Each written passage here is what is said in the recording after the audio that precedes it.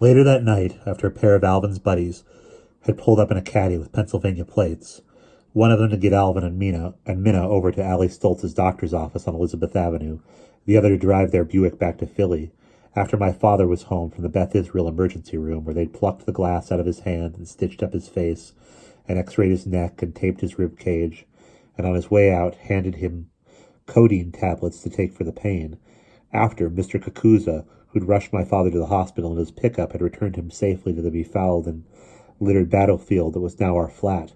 The gunshots erupted on Chancellor Avenue. Shots, screaming, shouting, sirens, the pogrom had begun, and it was only seconds before Mr. Kakuza charged back up the stairs. He'd only just descended and banged once on our broken back door before rushing in.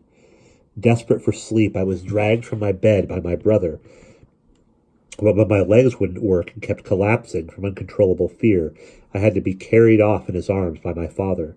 My mother, who insisted on going to bed and trying to sleep, had donned her apron and a pair of rubber gloves and set about to purge the house of its filth with a bucket and a broom and a mop. My meticulous mother, weeping amid the wreckage of her living room, was guided to the door by Mr. Kakuza, and the four of us were herded down the stairs and into the Wishnow's old flat to take cover there. This time, when Mr. Kakuza offered a pistol, my father accepted it.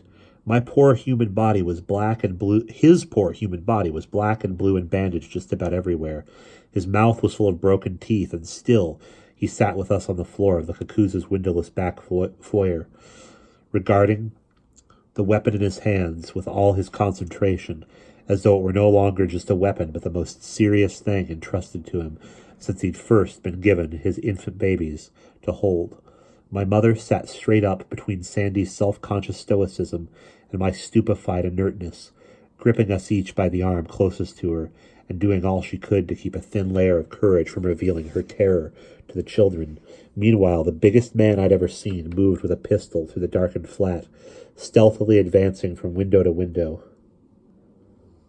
to ascertain with the eagle-eyed thoroughness of the veteran night watchman whether anyone lurked anywhere nearby with an axe, gun, a rope, or a can of kerosene. Joey, his mother, and his grandmother had been directed by Mr. Kakuza to remain in their beds, though the old lady could not resist the magnetism of all that turbulence and the picture we four presented of sheer plight. Snarling in tiny bursts of raw Italian that could not have been complimentary to her guests, she peered out from the doorway of the dark kitchen, where she customarily slept in her clothes on a cot next to the stove, fixing us in the crosshairs of her madness, because mad she was, as if she were the patron saint of anti-Semitism whose silver crucifix had engendered it all.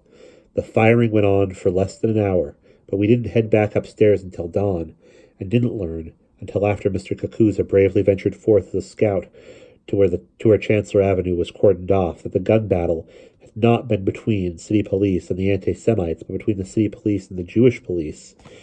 There had been no pogrom in Newark that night, just a shootout, extraordinary for having occurred within earshot of our house, but otherwise not much different from the disorder that could erupt in any large city after dark.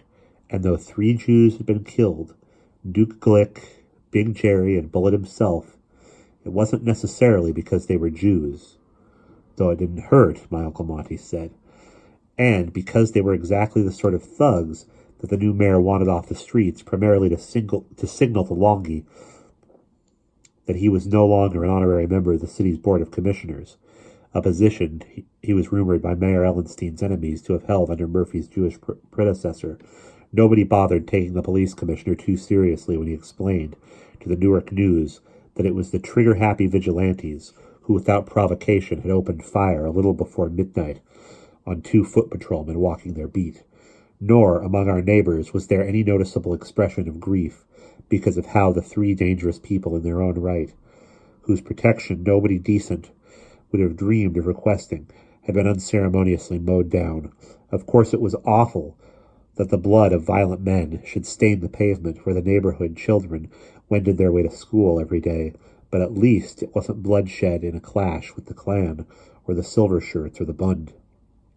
No pogrom, And yet, at 7 that morning, my father was on the phone long distance to Winnipeg to admit to Shepsy Churchwell that the Jews were so frightened and the anti-Semites so emboldened that it was no longer possible in Newark, where fortunately the prestige of Rabbi Prince had continued to exert an influence over the powers that be, and nothing worse than relocation had as yet been forced on a single Jewish family to live as normal people. Whether outright government-sanctioned persecution was inevitable, nobody could say for sure, but the fear of persecution was such that not even a practical man grounded in his everyday tasks, a person who tried his best to contain the uncertainty and the anxiety and the anger and operate according to the dictates of reason, could hope to preserve his equilibrium any longer. Yes, my father admitted he had been wrong all along, and Bess and the Turchwells had been right. And then, as best he could, he shook off his abashment over everything he mismanaged and badly misjudged, including the improbable violence that had smashed to bits, along with our coffee table, the lifelong barrier of rigid rectitude that had stood between his harsh upbringing and his mature ideals. "That's it," he told Shepsy Churchwell. "I can't live any longer knowing what will happen tomorrow." And not knowing what will happen tomorrow. And their phone conversation moved on to immigration and the steps to be taken and the arrangements to be made, so that by the time Sandy and I left the house, there was no misunderstanding that, quite incredibly, we'd been overpowered by the forces arrayed against us and were about to flee and become foreigners. I wept all the way to school. Our incomparable American childhood was ended. Soon my homeland would be nothing more than my birthplace. Even Selden in Kentucky was better off now. But then it was over. The nightmare was over. Lindbergh was gone, and we were safe. Though never would I be able to revive that unfazed sense of security first fostered in a little child by a big protective republic and his ferociously responsible parents. And we will pause there.